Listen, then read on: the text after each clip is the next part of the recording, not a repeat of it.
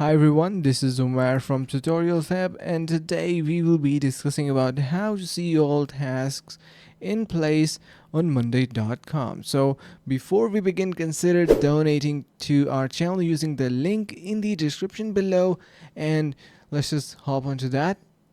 Now what we're going to do is first build your monday.com dashboard. So of course we're going to be looking all our tasks in one place, so we can see the battery, calendar and chart. Once you simply build your dashboard, eventually you are going to be getting your tasks in there. So you can see we have various other widgets for our task displayment, and all of the charts and information is basically displayed in here. So it is quite simple to see all your tasks in one place on monday.com. Make sure to give it a try too.